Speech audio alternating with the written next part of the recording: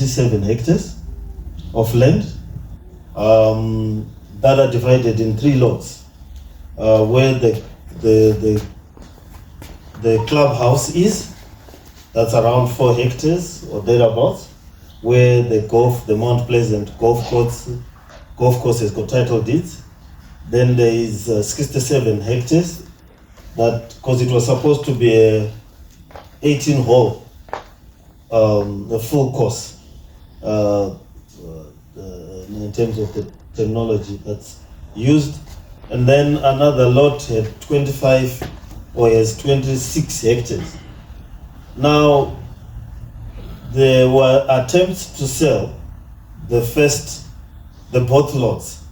We resisted. I remember I was not yet mayor. I was still councillor for Ward 18. I resisted the sale of the 67 hectares successfully.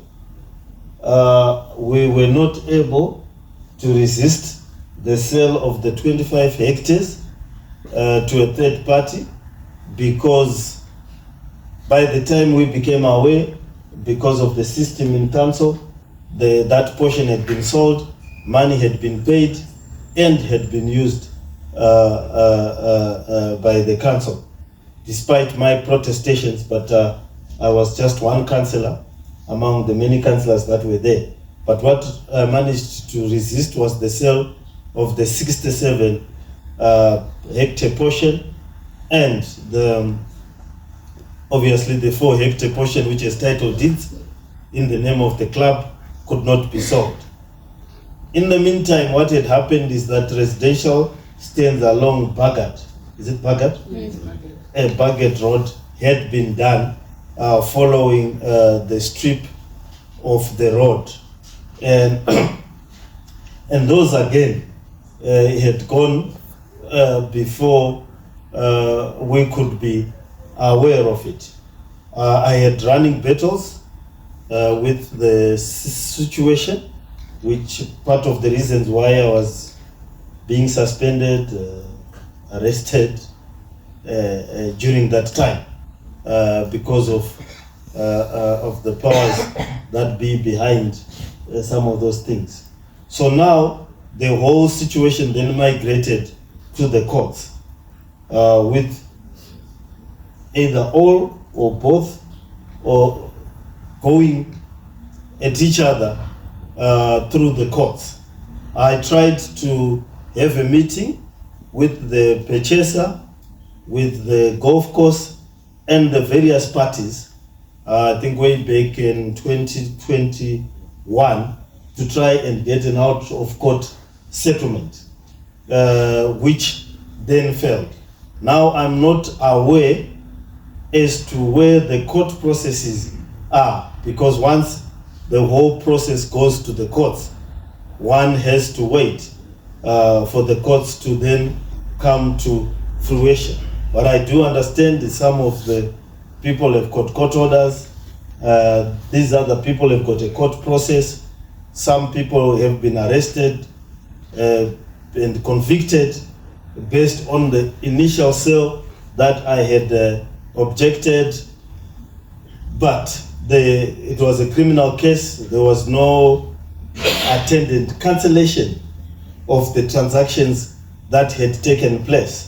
As far as I am aware, the club hierarchy, so to speak, got in touch with me with the current developments. They are aware of the current developments, and I reiterated my position, which has not shifted from my position then. I was opposed to the sale of the golf club course, and still very much opposed to the sale of the golf club. I had also raised concern with the management because of the gem tree that they had put in place there, to say if you have got a nightclub there or something that acts as a nightclub, it creates problems for the management of the sports club, and also the inability to develop the whole hectareage, which comes up to 167 or 90 something. My math is atrocious, but close to 100 in total. And part of the 67 hectares, nothing is being done. It's still a delay. And in the environment that we are operating, leaving pieces of land unsecured and without activity, you're only inviting trouble. We have similar problems with Sherwood Golf Course. The people are concentrating at the clubhouse, leaving the whole close to 100 hectares unattended. And at every time we have to have running battles with invaders. So there's a need to assist the club, whether it's getting investment, whether it is to enter into partnership with other people to make sure that we don't have this similar debate next year when the remaining the remaining hectareage is also under attack.